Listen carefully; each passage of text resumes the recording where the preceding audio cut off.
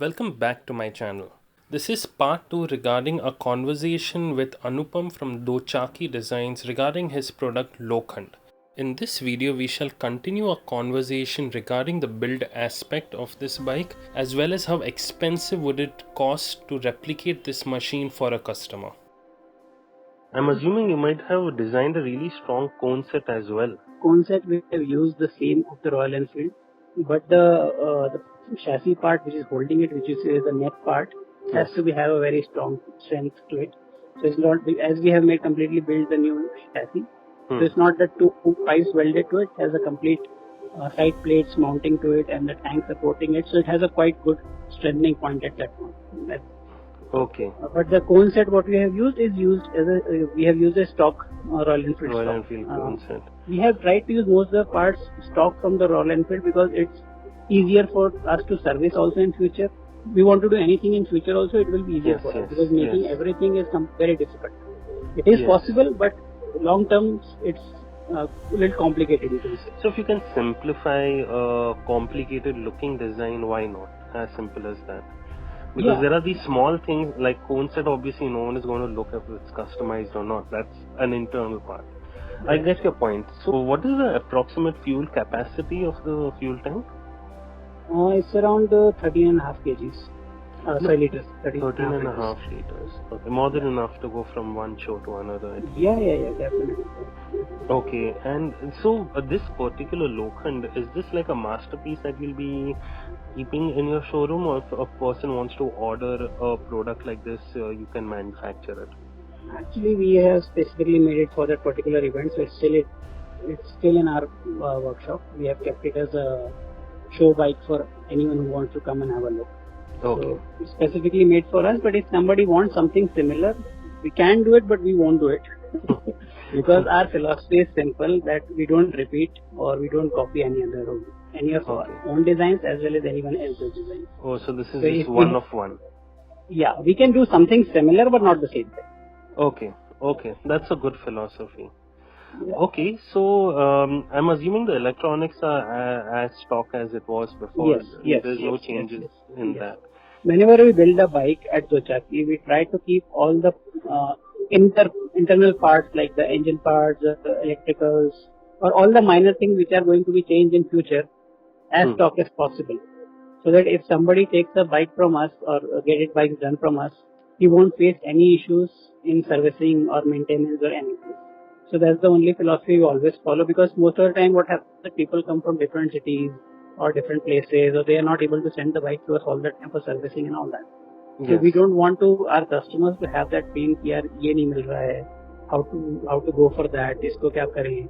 So that we don't want to have. So we always try to design things in a way that we can use the stock parts as it is as mostly as possible.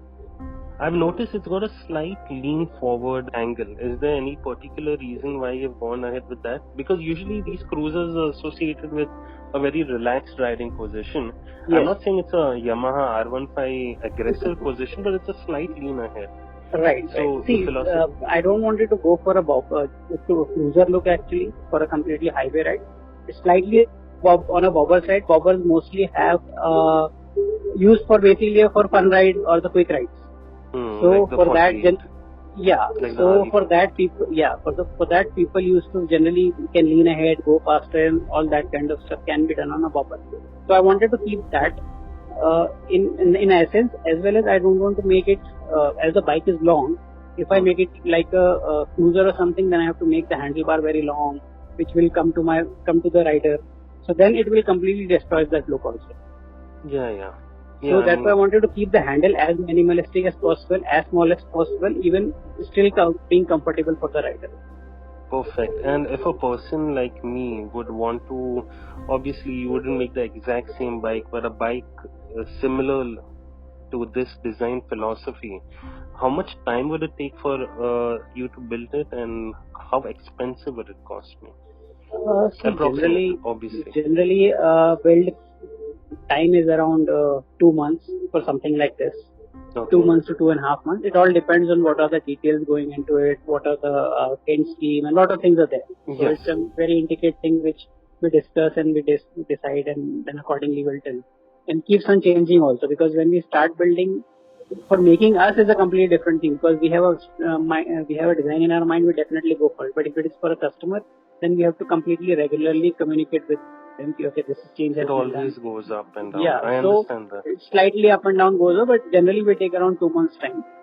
And Okay. costing wise, it can vary anywhere from 2 lakhs to 5 lakhs, depending on what we are doing it, what parts we are using it, what things are going into it, what kind of design it will have, what kind of paint it will have, what engine we are going to use. So it can vary up accordingly. If you are using a Royal Enfield engine, the costing will be slightly different. If you are using a Harley Davidson engine, the costing will be different. So because the mechanicals and parts, wiring, everything changes as per the donor engine. okay, so you require a donor engine. Apart from that, this is going to be the cost. That's Yes. what you're saying. See, actually in India right now we don't have any specific rules for custom bikes. Unfortunately, yes. Unfortunately, yeah. So we require a donor engine, because in that way the customer has the ownership of that bike, and then on that we work upon. If we directly take it from us, we generally don't prefer that, because there's a lot of paperwork and everything is there, and nobody is interested into that. Even if And even you a cannot customer. transfer it. Once it's made, you can't transfer it. Yes. So that's why we need a donor bike or an engine. Mostly a bike is preferred because it has all the chassis number and everything in it, so we can reuse that particular part of the bike and make a bike for you. Okay. So it will have all the proper numbers and everything, which is there on the RC book, and accordingly then we'll go ahead from there. So it will be easier for the rider as well as for us also. Yes. Even for him also, if he wants to go for a long rides and all that kind of stuff, so he won't face issues. He won't face any issues. And with reference to braking, which have you used the Royal Enfield standard disc brakes? Yes, we have used the standard Royal Enfield disc brakes. In the front and the rear? And the rear, yeah. Rear we have used a slightly longer brake lines that we have to use, because the bike is slightly longer, but the other parts are the same as the original stuff. If you see on the side panels, you can see a cross on the where the battery is there or where the filter is there. Okay. So that is actually a part. It's not a paint. It's a part of the body, and that has been done because if you see a battery box of army vehicle or something, so they have a cross because it's a dangerous part. Okay. Second thing, if you notice, the frame itself has a lot of holes in it. Yes, it does. So there are two reasons for it. One is that those holes basically joins one side of the frame to other side through a pipe. Yes. Second side, it shows as a bullet marks.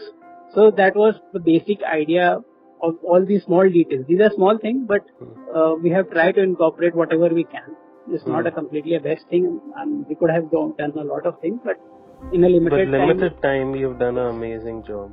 Yes. Yeah, I mean, it's that battlefield marks, the scars of the battlefield you proudly show off. Exactly. Yes, so I mean, it's an amazing design, and thank you for all your time and details regarding the same. I look forward for speaking with you regarding your other products as well. Well, we hope you like our detailed coverage of the modification industry. We look forward for your comments and suggestions regarding the same. And as usual, please do subscribe, and we look forward for seeing you in our next video. Thank you.